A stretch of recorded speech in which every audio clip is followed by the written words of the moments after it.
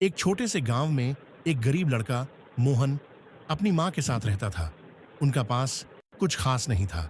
एक टूटी फूटी झोपड़ी, बासी रोटियां और मुश्किल से थोड़ा सा दाल चावल। माँ, तुम कुछ बना लो। मैं खेत में होकर आता हूँ।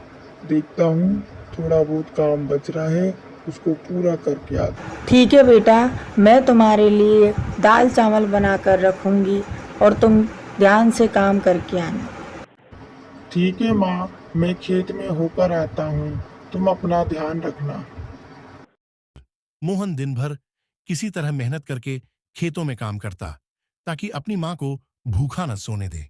एक दिन मोहन रास्ते से जा रहा था कि उसने देखा एक बूढ़ी औरत हाथ में एक भारी बस्ता लिए सड़क पर चल रही थी। वह परेशान दिखाई दे रही थी और हर कदम पर लड़खड़ा रही। सोचे समझे उसे अपनी मदद का हाथ बढ़ाया और बोला, आजी, आप कहाँ जा रही हो? मैं मदद कर सकता हूं। बूढ़ी औरत मोहन की ओर देखा और मुस्कुराकर बोली, बेटा, मैं दूर गांव जा रही हूं, लेकिन यह बस्ता बहुत भारी है। मुझे इस रास्ते पर बहुत कष्ट हो रहा है। मोहन ने बिना किसी झिझक के उस बस्ते को उठाया और कहा, चलिए, मैं आपके साथ चलता हूं। वह दोनों मिलकर काफी देर तक चलते रहे।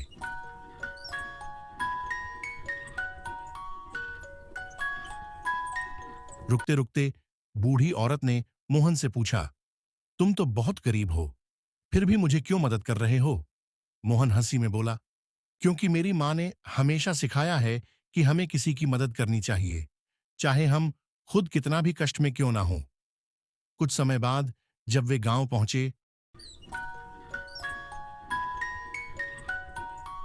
बूढ़ी औरत ने मोहन को धन्यवाद कहा और बस्ते से एक सोने की अंगूठी निकाली।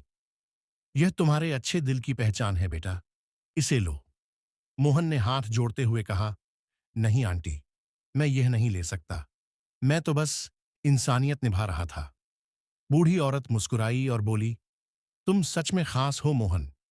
तुम्हारी अच्छाई का कोई मोल नहीं है, लेकिन तुम्हारे रास्ते में बहुत सारी खुशियां आएंगी।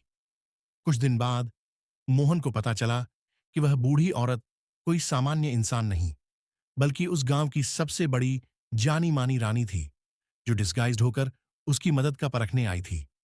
उसने मोहन को अपने राज्य में एक बड़ा काम सौंपा और उसकी कड़ी मेहनत और ईमानदारी को सलाम किया। और इस तरह मोहन की सच्चाई और अच्छाई ने उसकी किस्मत बदल दी। अब वह एक सुखी और समृद्ध जीवन जी रहा था।